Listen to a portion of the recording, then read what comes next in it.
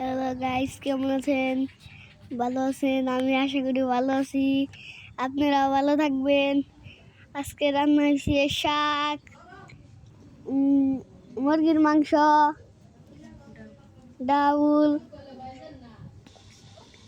পরে হইলো আপনারা গাইস ভিডিওতে খুব খুব লাইক দিবেন।